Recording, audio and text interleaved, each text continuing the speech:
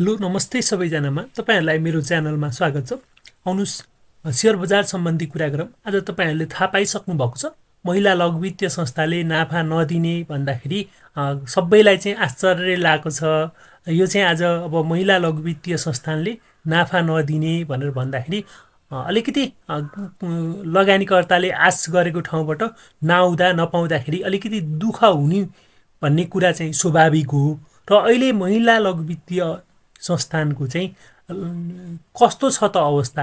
अब यो फाइनान्शियल रूपमा चाहिँ स्ट्रङै छ र अब यसको टेक्निकल चार्ट हेर्दाखेरि यो विभिन्न उतार चढावसँगै अहिले यसको रेजिस्टेन्सको रूपमा चाहिँ यो 2014 को रूपमा रहेको छ र यसको सपोर्टको कुरा गर्नुपर्दाखेरि एउटा 1691 मा छ र अर्को 1529 मा चाहिँ यसरी यो यसको सपोर्टहरु छ। अब यदि मार्केटले यहाँबाट बिस्तारै घट्दै गयो, अब नाफा नदिने भनेपछि अलिकति लगानीकर्ता निरुत्साहित हुन सक्छन्।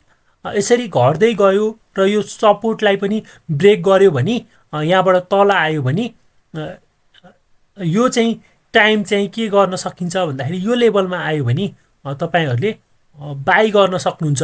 हामी अहिले चाहिँ यसले नाफा दिएन भनेर चाहिँ निराश भएर बेच्नु भन्दा यसलाई होल्ड गर्नु नै जाति हुन्छ। यसरी यो लेभलमा आयो भने 1500 कै लेभलमा फेरि 1550 कै लेभलमा यो आसपास पाइयो भने फेरि किन्दा हुन्छ। किन भन्दाखेरि यो वर्ष नाफा नदिला तर अर्को वर्ष यसले के गर्छ, कम्तीमा पनि 50% चाहिँ नाफा दिन्छ।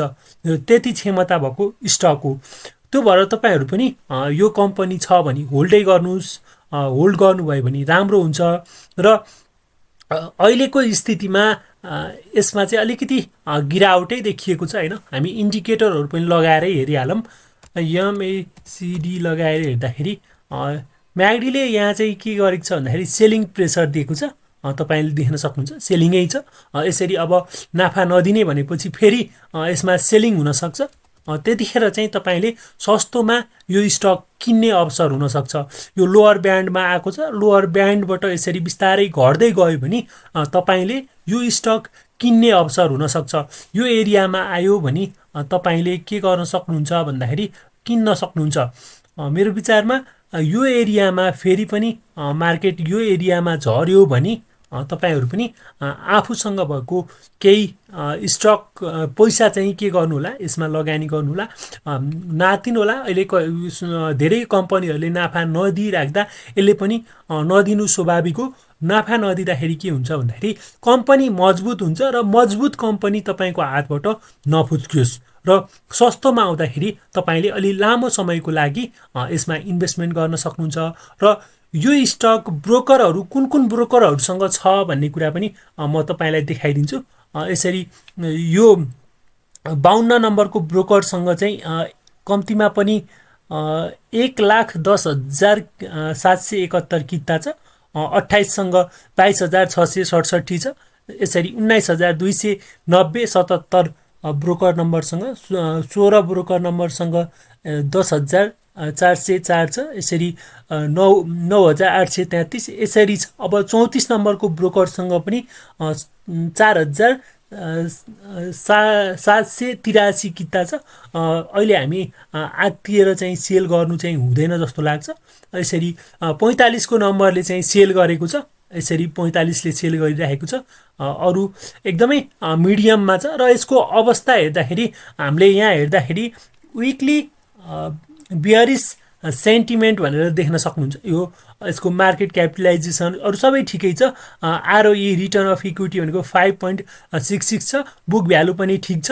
अहिले मार्केट घटेको बेलामा चाहिँ यो तल आउनु भनेको स्वाभाविक हो र सम्भवतः यही स्टक हुन सक्छ। माइक्रो फाइनान्स अन्तर्गतको सबैभन्दा महँगोमा चाहिँ यो पनि एउटा स्टक पर्छ।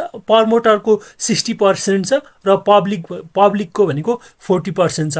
यो 40% स्टकलाई चाहिँ तपाईहरुले बचारै राख्नुस्। बचाएर राख्नु भयो भने तपाईहरु पछि नाफा हुन सक्छ। महिला लघु वित्तले यसपटक लाभांश वितरण नगर्ने भनेर यहाँ न्यूज देख्न सक्नुहुन्छ। त्यस्तै एनाउन्समेन्टमा चाहिँ महिलाको बोनस सेयर भनेर यसरी यो देख्न सक्नुहुन्छ। यसको यसले कति दिएको छ त? बोनस भनेको 47.5 47.5 एकपल्ट दिएन होइन, यो वर्ष दिएन, तर अर्को वर्ष यसले यति चाहिँ दिन सक्छ। र जसले 10 किता सुरुमा पाउन सफल हुनुभएको थियो उहाँहरूको अहिले 21 किता भएको छ। र अर्को वर्ष राख्नुभयो भने यसले चाहिँ तपाईँको कितालाई पनि बढाइदिन्छ र तपाईँले केही थप्न सक्नुभयो भने त्यसमा चाहिँ एकदमै बेटर हुन्छ जस्तो लाग्छ। यहाँ चाहिँ न्युज छ, महिला लघुवित्तले यसपटक लाभांश वितरण नगर्ने भनेर यसरी दिएको छ। महिला लघुवित्तीय संस्थानले लाभांश वितरण नगर्ने भएको छ। कम्पनीको सञ्चालक समितिको बिहिबार बसेको बैठकले गत आर्थिक वर्ष 7980 को नाफाबाट लाभांश वितरण नगर्ने निर्णय गरेको हो। कम्पनीले यसअघि आर्थिक वर्ष 78-79 को नाफाबाट 50% लाभांश वितरण गरेको थियो। संस्थाले वित्तीय विवरण नियामक नेपाल राष्ट्र ब्याङ्कमा पेश गर्ने जानकारी गराएको छ भनेर यसरी दिएको छ। तपाईँहरू आत्तिनु पर्दैन, यो एकदमै राम्रो हो। राम्रो कम्पनीलाई चाहिँ राम्रो कम्पनीमा इन्भेस्टमेन्ट गर्नुपर्छ, इन्भेस्टमेन्टले जित्छ। तपाईँहरूले यो भिडियो अन्तिमसम्म हेरिदिनु भएकोमा तपाईँहरूलाई धेरै धेरै धन्यवाद छ। र तपाईँहरूलाई मेरो यो भिडियो कस्तो लाग्यो कमेन्ट गर्नुहोला। र तपाईँहरू नयाँ हुनुहुन्छ भने मेरो च्यानलमा सब्सक्राइब गर्नुहोला। हाम्रो च्यानलको नाम छ स्टक ट्विस्ट नेपाल। भिडियो हेर्नुभएकोमा फेरि पनि धन्यवाद।